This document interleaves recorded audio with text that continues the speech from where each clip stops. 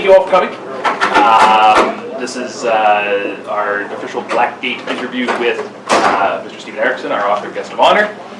So my name is Brandon Crilly. If you haven't seen me before, I'm one of the programming coordinators here at CanCon, as well as an author of science fiction and fantasy, and a reviewer and interviewer for Blackgate.com, which discusses recent and the far back past publications in science fiction and fantasy around the world, which you can see at Blackgate.com. There's blog posts there pretty much every day. I post there bi-weekly variety of reviews and occasionally interviews with authors, and so I'm very fortunate to be here interviewing Stephen today. Stephen is the author of the acclaimed Malazan and Book of the Fallen series, the first book of which is Gardens of the Moon, though the copies that you get at Chapters look a little bit different than this. I was just saying to Stephen that I got this in first year university. Good shape? It's, yeah, I take reasonably good care of my books, sort of. I swear the spine isn't destroyed.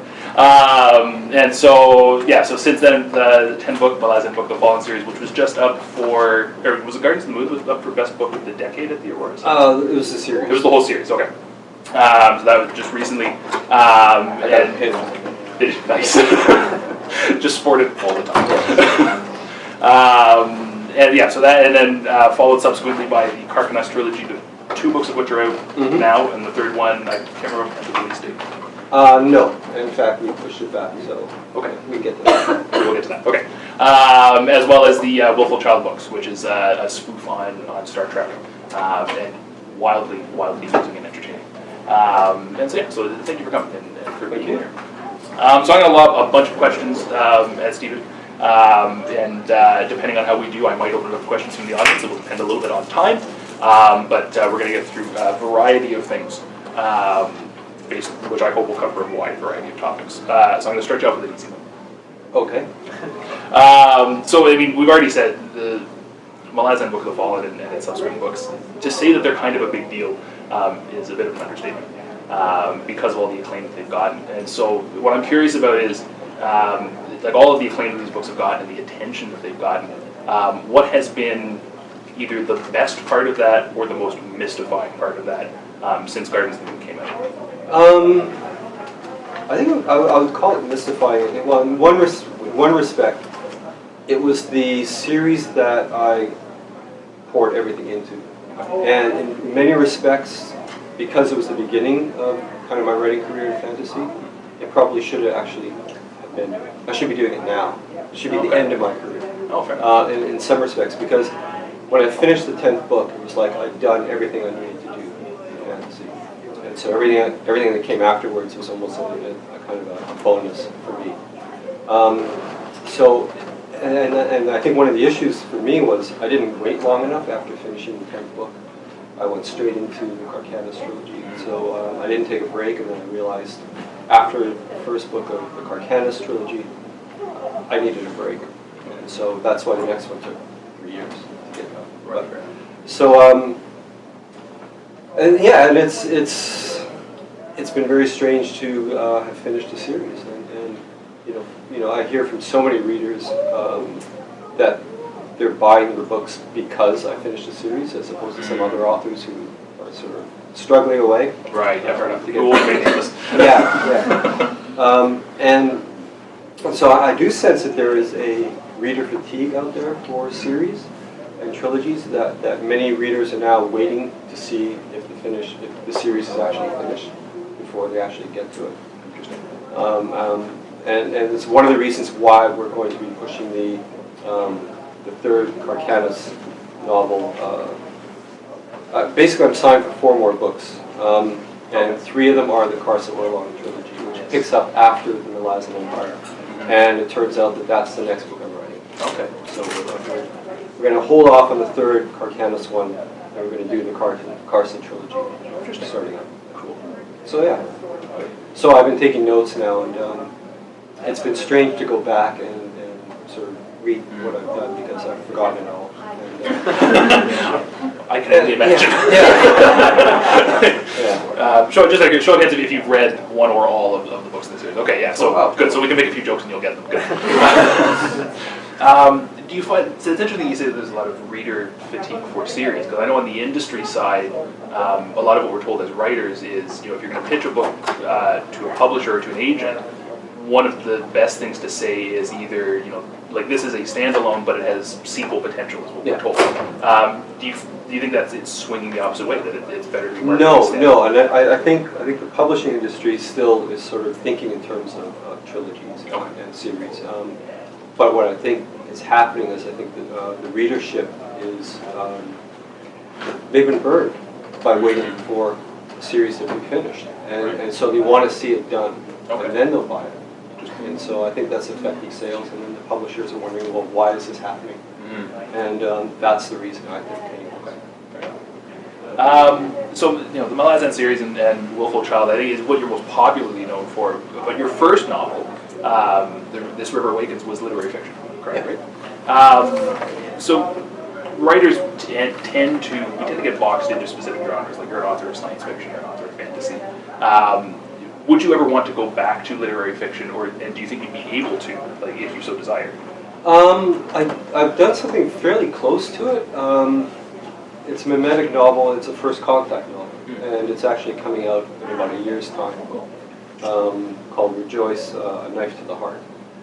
And it's very much set in this world, and it was a pleasure to write, because suddenly you don't have to do the world building. You can take a lot of that for granted. And it is very sort of freeing, and so I had a great time writing it. So we'll see what happens, because it can lead to further books if I want to, but we'll see how it plays out. Fair enough. But yeah.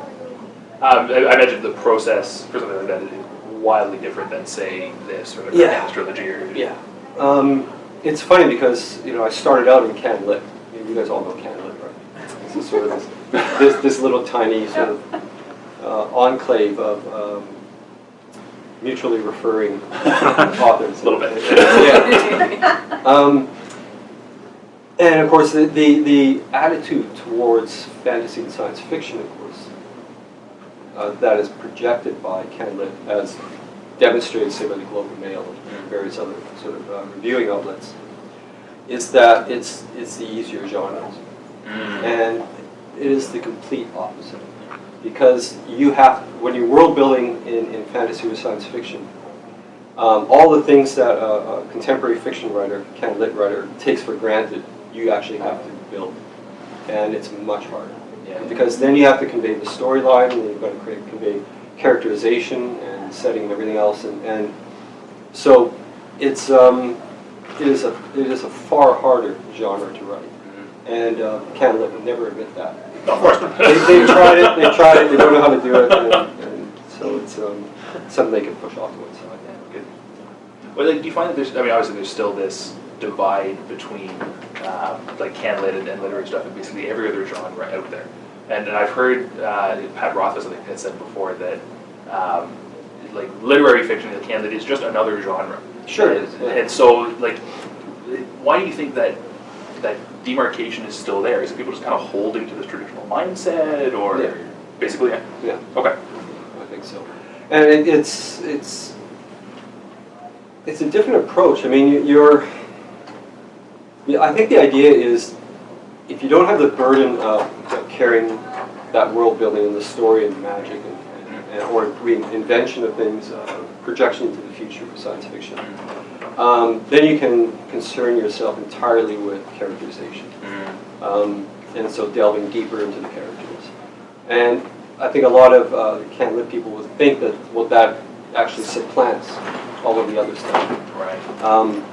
And that, so people who write in science fiction and fantasy won't be interested that much in character.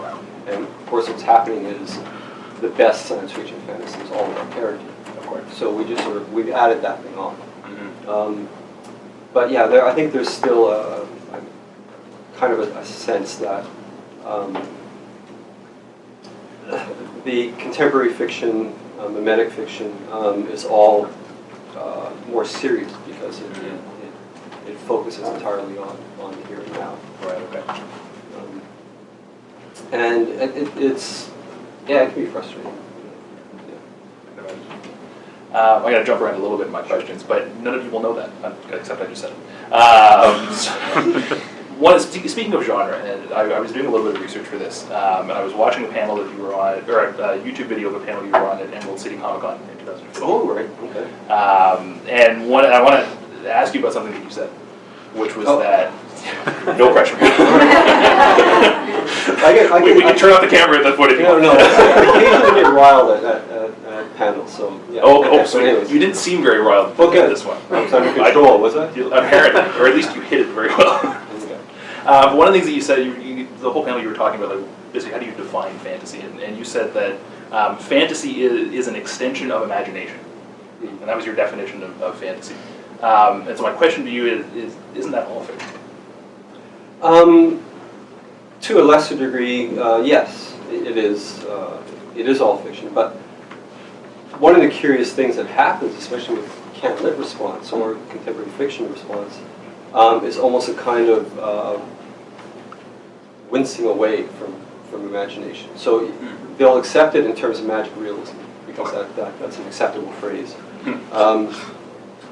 But in many respects, imagination, it drives everything in the sense of, if you're creating a character in a story, you have to imagine yourself in their shoes and in their clothes and in their lives.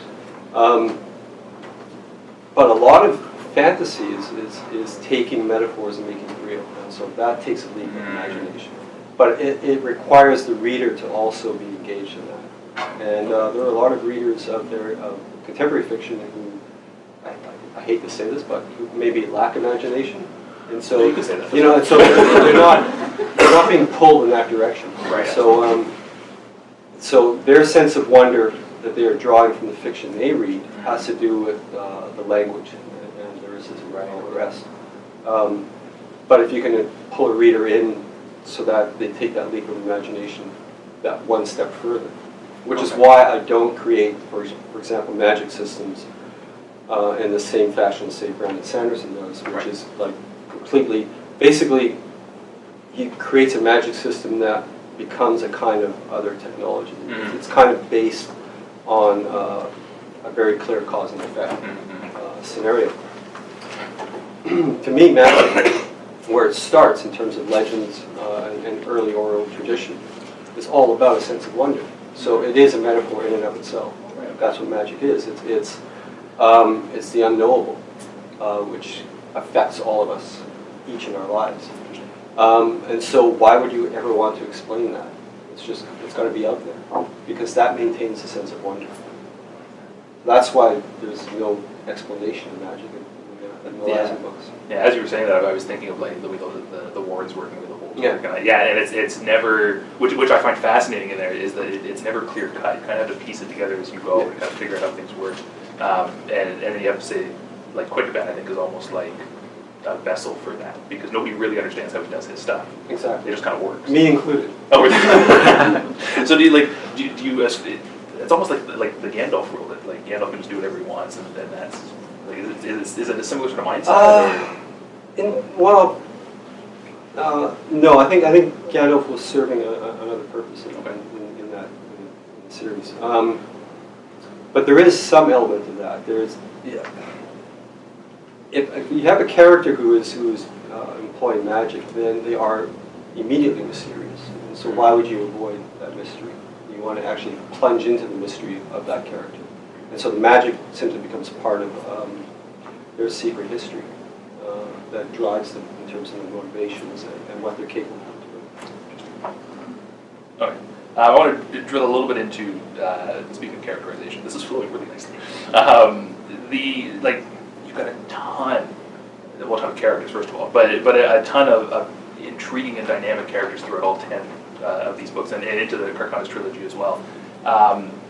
What's your process for creating these characters? Like, do you have a very strict and detailed process for designing them to make sure they stand out?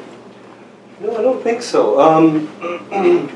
I've often described that I learned as a short story writer, so you have to be very terse, you have to really sort of nail it early, in a sense. But I would still approach each novel almost as if I was writing short stories. And so the creation of a scene or a section is in itself a kind of a looping narrative. Okay. And what that allows me to do is you can arrive with a character and you know nothing about him. Even as the writer, I know very little about the person, but I'll create the name and the physiology of the character and figure out sort of where they're coming from culturally within the story, within the world. And then it just loops and it builds from scene to scene to scene. But I don't have any general rules on that. It's just, okay. If I need a character to come from a particular point of view, then I'll create that character and go with it. Quite often it's the name that drives it. Okay. But usually in an ironic sense. So okay. If I create a character named Tiny, he'll be 7 feet tall, right, 300 pounds. So is there so it sounds like a very organic development of the characters that you go through. Were there any characters that, when you first created them, ended up in a very different space than you expected? I think, Crocus is one example. Okay, because a lot of the characters in Gardens of the Moon were gained characters between me and Estamont, Cam. And so we had a kind of a nice sort of camaraderie that we established in the gaming systems and in the gaming process. They created a narrative for these characters and they bounce off each other. Right. Crocus was created for the screenplay of Gardens of the Moon that we originally wrote. And so he was not an organically created character. And I found that even by the end of this book, I wanted to kill him. Oh, really? He just, for whatever reason, he just wasn't, he was too much playing a particular role because he was driving the script narrative as this young character. And so then I realized that I was going to need to do something with this character that was far, beyond what I was originally intended. And so Crocus then became a very different character through the books. Okay. And I think became a better character, although a lot of people complain when he changed his name to Cutter, that kind of stuff. But that happens on occasion. Okay. How do you deal with complaints from readers? Just out of curiosity, is it something you just kind of ignore? Is it I've always wondered. At the end of book 3, Memories of Ice, there were complaints coming out that all I ever do is write these sort of sectional style novels where you have a particular point of view for a very short section within a chapter, and you bounce around a lot, right? So I think somebody basically said, "Oh, well, this guy can't write a single point of view for any length of time." Jesus. And so I got tipped off. So what I did was the 4th book, the whole opening of the 4th book, House of Chains, is a single tight point of view. And so I do respond to readers. Show you. Yeah. Was there any? Is it Midnight Tides, book 5? All of a sudden moves to a totally different section of the world and totally different characters. Was there any criticism or blowback from that? Could it all of a sudden jump to something? Oh, absolutely. I mean, I think from the 4th book onwards in the series, I was always keeping an eye on MalasanEmpire.com, which is the fan base site. And the initial response would be House of Chains, 4th book. Yeah, it was crap, right? Whatever. But it was, and then the 5th book, yeah, it was crap. And then 6 months later, people then come back and say, actually, I've reread this or I've thought about this, and this is the best book he's written. And so it just it went like that from House of Chains to Midnight Tides, especially, say, Toll the Hounds. These particular books that really jumped in tone and style and whatever. The initial response was always, well, what is this stuff? And then eventually, I guess because there's a certain element of readability to the series, people would come back to them and then realize that, I had reason for doing this. Okay. And that was always a big risk, is that I knew I was going to be upsetting reader expectations book after book after book. Right, fair enough. And so the initial response was always sort of to draw back from it. for the readers, and then they'd come around to it. Okay. And now I think Midnight Tides is quite often on the list and sort of the favorite of the books when people create lists. We had, I mean, there's such, like, some of the characters in there, like, and I'm probably going to mispronounce the name, I apologize. Is it T-Hall Bennett? Tahol. Tahol? But for me, it would become one of my favorite characters of the whole series. And so when all of a sudden he was interacting with other people from the earlier books, it was fabulous. Yeah, he showed up out of nowhere. I mean, I literally wrote a scene, because I wanted 3 brothers in the north and 3 brothers in the Ferris. And I suddenly planted him on a rooftop wearing a blanket. Yeah. And what is this? Right? So, and I just went from there. And he just sort of took off. And then his manservant Bug also. Yeah. I realized that I needed more to Bug when he could see. So he became an elder god. Yeah, why not? Yeah, why not? that reveal was awesome. Well, that was fun. And they are fun as characters. It's fun to get to them. And even when I couldn't do it, say in the 10th book, at least I got a letter in. Yeah. So speaking of that, like, you know, Toll the Hounds and at the end of the series, were there ever moments when you, like, especially as you're getting near the end of the series, that you realized either A, you had written yourself into a corner, or B, you had this thought of like, shit, I really wish I hadn't done X in book 2 because now I can't do X in book 8, or did it all? No, well, I try to treat each book as a kind of a standalone, so that it wasn't that repetition of what I can get in the series. Even, you know, the 4th book, which basically unplugs the big battle scene in the end of the book. I knew I was taking risks by doing that. So no, each one kind of stood alone, and I knew what the overall arc was going to be, and I was sitting on scenes in the 10th book that were in my head for all, you know, years. Like since Gardens of the Moon, I had scenes that I knew were going to happen in the 10th book. I just had to get to them. Right. And so that that allowed me to maintain a kind of discipline in terms of where I couldn't deviate too much because I had to swing around to get to those final scenes. Right, that makes sense. So you mentioned convergence and bringing things together already, and obviously it's one of the key components to your novels. As you got to a point where you were bringing in characters from Midnight Tides and bringing in characters from Gardens of the Moon and tying them all together, was there a particular meeting between characters that was kind of your favorite to write, or the most interesting, like to bring these disparate people together, or one that stood out for you? Together. Well, Krupp and Iskarel Pust in Toll the Hounds was very fun because I was building up to their, you know, you have all these convergences and these really violent, dramatic scenes, and these 2 ridiculous characters who are going to be charging each other on mules. And of course, the mules don't run; they just walk. So you know, yeah. So it's a very slow sort of charge as they meet each other. Yeah, that kind of stuff is fun. Okay. Definitely. And then I think there was Karsa and Dassen.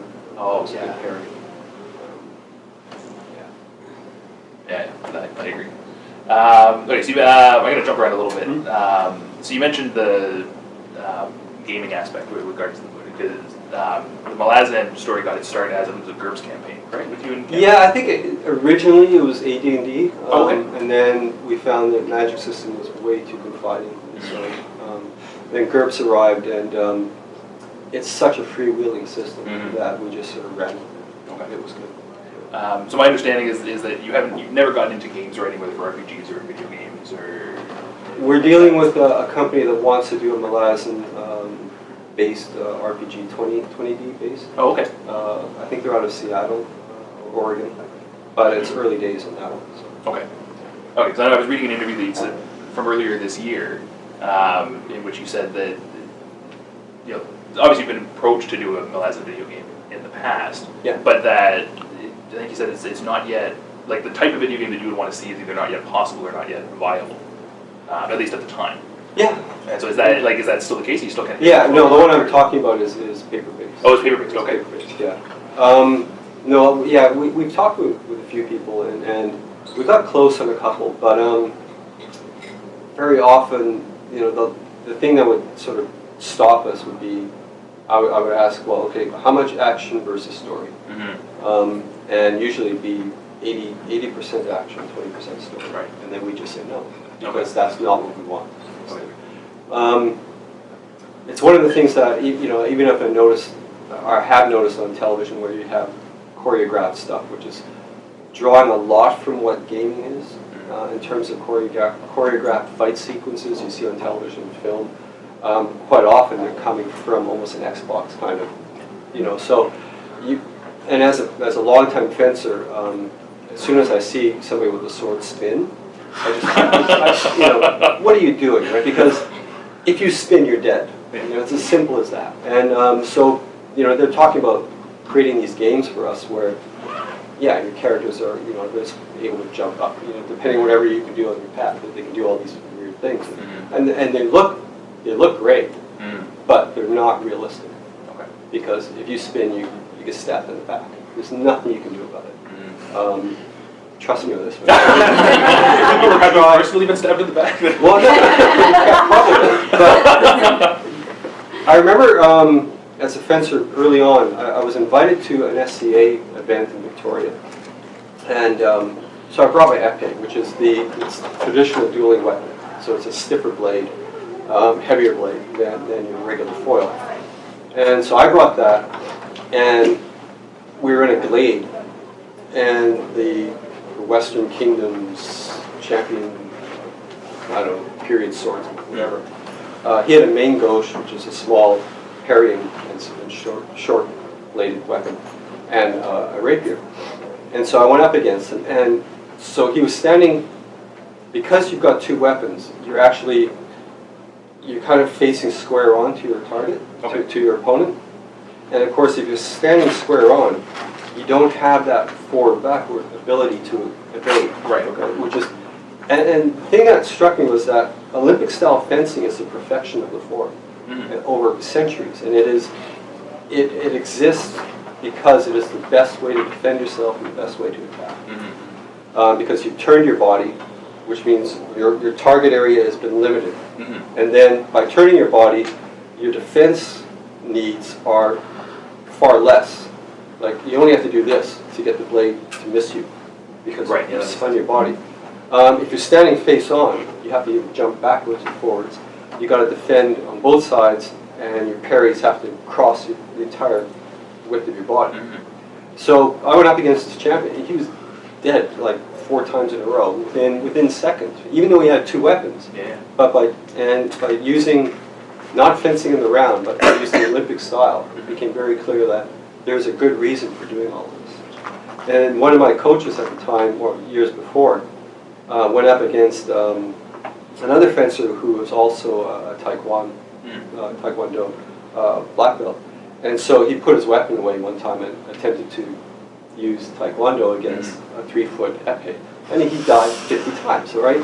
Because that 3-foot length of blade makes all the difference in the world. And you think you can knock it aside, well, forget it. You just disengage and you're back up, right? So so anybody coming forward just simply, literally steps onto the point every time. So, I watched the Vikings, for example. The Vikings is the best choreographed fight sequences I've ever seen. Because it's chaos, right? They get in there, they shield block, and they're all bouncing, they're stumbling, and they're falling, and it's a rugby scrum, basically. And that's what probably it looked like. And then you see the other stuff where everybody's spinning around, and that's not a successful way to fight. And that's why the Celts lost to the Romans, right? Because they were individualistic fighters, and they needed the room to swing their blades, and they got cut to pieces. Exactly. So I would prefer to see a kind of computer game that actually shows that side of combat. But I suspect it would be boring for players. I don't know. I could be wrong. Yeah, because I see most recently games coming out like the Telltale series of games, which is a lot more story driven than action. And games I think it's heading that way. Yeah, I think it's moving in a direction where you might eventually get a pitch where you'd say, okay, let's do it. Okay. I think so. Okay. Connected to that, there's this huge, how do you see the push to legitimize writing for games? Because SIFWA, that's one of their new big pushes. We're going to have acknowledgement for games writers, whether it's RPG or video games, and various aspects of the industry. As that's being more legitimized, do you think that like, how do you think that would impact writers' decisions to either focus on writing novels or focus on writing games? Altered Carbon, Richard Morgan. Mm-hmm. Yeah, he did a lot of his early stuff, his game stuff. Mm-hmm. And I think he was doing Half-Life, I'm not sure. But he did some very, very good storylines Mm-hmm. in games and was able to bring that across and has written some fantastic, I guess, how would you call it? It's, what's Altered Carbon?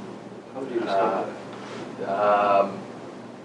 It's kind of William Gibson style. Cyberpunk? Yeah, Yeah, kind of that's- cyberpunk, yeah. Yes, yeah, on the harder side for sure. Yeah, definitely, Yeah. Yeah, okay. And I know he then moved to, I met up with him, we're friends, and I met up with him in Glasgow, and he was telling me at the time he was moving into fantasy because Okay.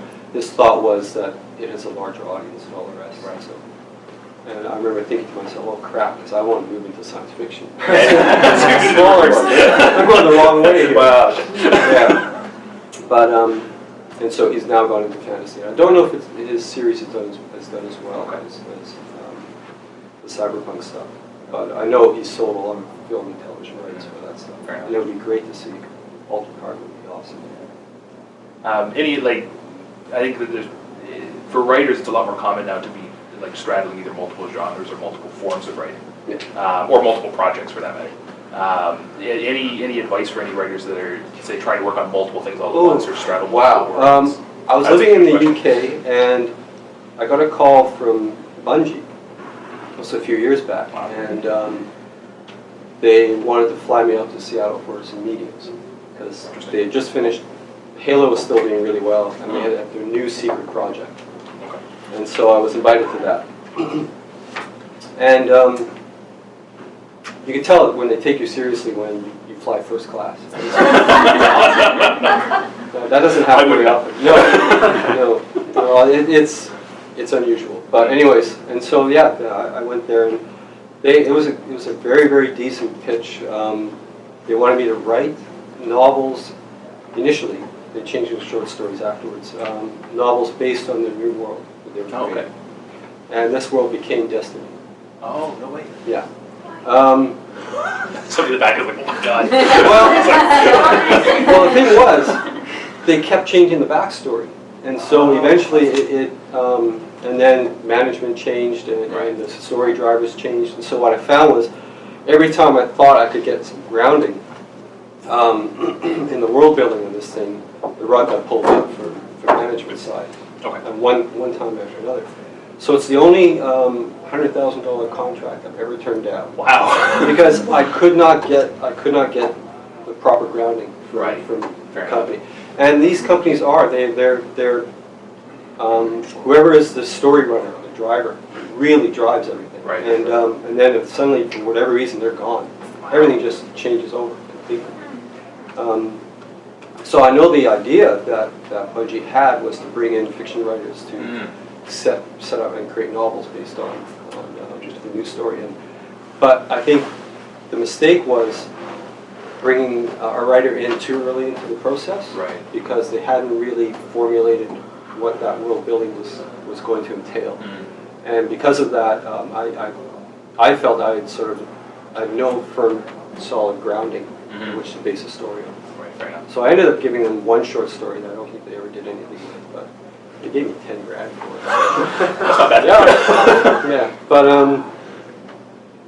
I think that will probably happen more often. I think there used to be a kind of a stigma attached to being in just writing for games. Games. I think that has changed. Okay. It's gaining respect, and certainly I think it would be very challenging to write in that format. Because you're right, you are very much, the story's driven by visuals you haven't even seen yet. Right, yeah, exactly. Yeah. Yeah, 'cause I look at when Kingdoms of Amalur came out, Bob Salvatore was involved with that. And then a couple of fiction writers' names escaped me. But when that first came out, I thought that was going to be like, pulling the pin on seeing a bunch of other fantasy and science fiction writers jumping in on it, and then it just didn't happen. It's hard work. Well, It's yeah, hard work exactly. because fantasy, I mean, if you're writing novels, you are the creator, you are the story runner, and so you fill in all the gaps you need filled in your story. And so it's a very personal and individual activity. And then suddenly you're invited into a company that is creating a game system that has various needs being applied to it from various sources. And suddenly you're writing in the sense of you're in an entire community of creators, and it's no longer all yours. And so as a writer, that's a strange feeling to be in if you haven't come from there. Right, fair enough. Because suddenly you realize that, well, if I create this storyline and then they change, this, and this, the whole storyline just falls apart. Yeah. And it's a challenge. Okay. So we talked a fair bit about and about fantasy, but I would be remiss if I didn't ask you something about Star Trek. So, I feel like somebody would be upset. So, and I know you're doing your Star Trek talk later with Rob Sawyer, so I don't want to spend too much time on it. But I would love to know: have you seen any of the new Star Trek Discovery yet? Yes, and I'll probably say this again this afternoon. Okay, so I don't want you to necessarily be repeating yourself of something you're going to talk about later, but I'd love to know what you think of that and how Star Trek is changing. Yeah. I was really looking forward. I am still, in a sense, looking forward to seeing the rest of Discovery for sure. Okay. But the last episode, I had never imagined. I've written the Willful Child stuff, which is a spoof on the original Star Trek, and that's a kind of thing where you have to push your imagination as far as it can possibly go into the absurd. But it never occurred to me that we could create a warp drive that was driven by tweaking the nipples of a tardigrade. That just blew me away. Yeah. I mean, so that was the last episode. Yeah. And it's a spoiler if you haven't seen it. But it's a machine. It comes in, it tweaks the nipples, both I guess one clockwise, one counterclockwise. I don't know. Yeah. That's probably part of it. And lo and behold, you're on another part of the galaxy. Wow, that's extraordinary.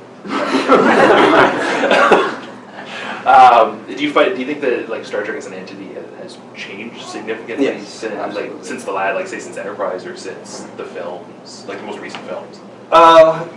Yeah, the recent films have certainly had an effect. I mean, even this series, I seem to recall there aren't phasers. It's mostly cannon when the ships fire in the new series. Can you guys think of it? I'm pretty sure I've seen phasers. Is it? I'm pretty sure. Yeah? Don't quote me on that. Yeah. Internet. But so that's definitely Abrams stuff. Which of course then links back to Star Wars stuff. Well, I think it was Brian Fuller. I think was involved at the start. He was involved in movies. And stuff like that, so tie there. But curiously, the Orville is actually it is more to the spirit of the original Star Trek than Discovery. Yeah, I haven't seen any of it yet, but I've heard that it's fun. Yeah. It's fun. Seth MacFarlane. If he stayed off screen, I'd be really happy. Sure. At the same time, he's a good writer, and I think he's really on. He knows what he wants to do with this thing, and I really admire what he's doing. I just wish he wasn't on the screen. But anyways, that's just me. That's fair. Okay, so you mentioned already the Carson Orlong trilogy that you're working on. Is there anything at all that you can tell us about what that might look like, story-wise or character-wise? I've just started taking notes in the last week and a half. I normally hold off on this stuff until I'm ready to do it. And it's looking like it's about 5 years after the last book of Cam's and myself. So initially I thought it was going to be about 30 years later, but no, I think it's about 5 years. So a lot of people who are, wherever they were left in place at the end of the 10 books, we're going to see some of them again. Oh, no way. Yeah. And I think it's starting in Darujhistan, so it starts with this stuff. Oh, that's wicked. Yeah, it should be fun. Are there any other sections of the world or any other particular characters that you would want to focus on? Like, say, once you're done with this trilogy, is there anything else that you still would want to explore? I'm not sure. Okay. I'm not sure. I know Cam is, I don't know, I think the second book should be out right now, the Dancer's Lament series. Yeah, it may be coming out this month. Something like that. Yeah, so I know he's still writing within there. And I know I have three more Bocalan and Corvo Broach novellas that have to be done. And then Sub Press wants me to do another Malazan novella. Oh, really? And I've thought about, I've got a character who's basically, I think he's an accountant. Okay. But he's the most feared accountant in all of 7 cities. And so I think he's also a tax collector. And I think the story is going to involve him pursuing some people to retrieve owing taxes. I know it sounds boring as hell. You're kidding me? That sounds great. It should be fun. That's awesome. Very cool. Okay, so I'm a huge Larry King Now fan. I don't know if you've ever seen his interview style. But what he does is throws a ton of like rapid fire questions at people at the end of an interview. So I'm going to do that now to close this off, if that is okay with you. That depends. I mean, they'll be very short. Yeah. But the first thing that comes to mind. What? The first thing that comes to mind. Don't overthink it. All right. Okay. Everybody ready? So, would you rather serve on the Enterprise or the Willful Child? Oh, Willful Child. Original series or TNG? Original series. Deep Space Nine or Voyager? Origin. One. Not that it matters. I'm just kidding. I just found... Nothing against Voyager, sorry. No, I found Deep Space Nine to be... I'll talk with Rob about this. For sure. But it's just how dark it got Okay. as a storyline, which I thought was counter to the original purpose of Star Trek. Which the original purpose being, in the future we are better than we are now. Right. And because post 9/11 stuff, I think, maybe, I don't know, but it just started spiraling dark and dark. I noticed that classic episode of Cisco where he basically lies to bring the Romulans into the war, and it's just it spiraled so far down, away from what say Kirk or even Picard would have done. Yeah, absolutely. Do you think that? I'll let you talk about the trend. Yeah. Never mind. First fantasy book you ever read? Before Adam, Jack London. Oh. Do you have a favorite character from Cam's books? Cam's books? Yeah, Woo, Kellenbed. Nice. If you had to face Karsa Orlong in a fight to the death, what weapon would you want? Flamethrower. Okay, fair enough. I didn't put any stipulations on that, so all right, rock and roll. Can you do the Vulcan salute? Yeah. Both hands? Better with one than the other. Okay, all right, that's acceptable. Something you've never written but want to, either in terms of format or genre or style. I'd love to do a Star Trek episode. Okay, Absolutely. awesome. Something you've never written and are not sure if you would be able to. High-tech military SF. Okay. Because I don't think I have the tech background. Okay. Or the physics for that matter. Yeah, that's a fair point. I'm reading Bennett Coles right now, a friend of mine who's actually ex-Navy, and Virtues of War, and reading the third one in that series. And his technical know-how is just phenomenal. Yeah. So it creates such authenticity when you're reading it. So I'm very admiring of that. Yeah, I hear that. Author that you love paneling with at cons? Paneling with?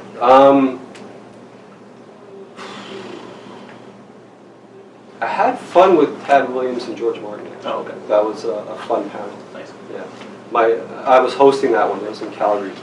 And I guess it was maybe the third book had come out for George. And anyways, my first opening question was, what happens when you kill so many characters that your readers stop caring? He just glared at me. Nice. Author who you go to for advice besides Cam? Well, I assume you guys know. I talked to Rob Sawyer a lot. Yeah. If you were, cause you said you've done, it was AD&D you said, right? In the past that you played in GURPS. If you were to do some sort of celebrity D&D or GURPS game, say at a con like World Fantasy, who would you want to play with? Anybody. Celebrity. Geez, I don't know. William Shatner, I guess. Would be... Nice. Wow. Go for the A-list. I like it. Yeah. Anybody else that would like? Let's build the party. Kate Winslet. Nice. Yeah. Okay. Cool. Keep it at that. Okay. I'll kill off Shatner and then I'll just. Thank you. My proof. Best book that you've read recently? Becky Chambers, her first 2 novels are fantastic. What else was good? Kim Stanley Robinson's New York. What's the date? New York 2130 or something? Something like that, yeah. I should know what I'm Wow, what a great novel. Yeah. Great novel. I don't know how well it's done, but it's extraordinary. Nice. It's kind of Kim Stanley Robinson does Mark Halpern's Winter's Tale. Oh, wow. So it's this homage to his love of New York. Yeah. And it's beautiful. Flooded New York in this case. Yeah. Great book. Tchaikovsky's The Children of Time is phenomenal as well. Very cool. And that's going to be a film now. Lionsgate. That's right. Yeah. Looking forward to that. Awesome. But Becky Chambers. Check that out. Check her out. And what was the title again? Oh man, a long trip to the short, Long, angry. Angry Planet. Yeah. And then the second Small one, Angry Planet. Small Angry Planet. Yeah, I can't remember the second one, but the second one's wonderful. Wonderful book. Awesome. Yeah. Okay. She's great. Noted. So this might be the answer to the next question, but a new or up-and-coming writer that you admire? Yeah, that would certainly be the answer to that. Okay. Anybody else aside from Becky that is the thing is, I read mostly science fiction these days, so I couldn't tell you anything regarding fantasy. It can be a sci-fi author. Well, I think, yeah. Then okay, cool.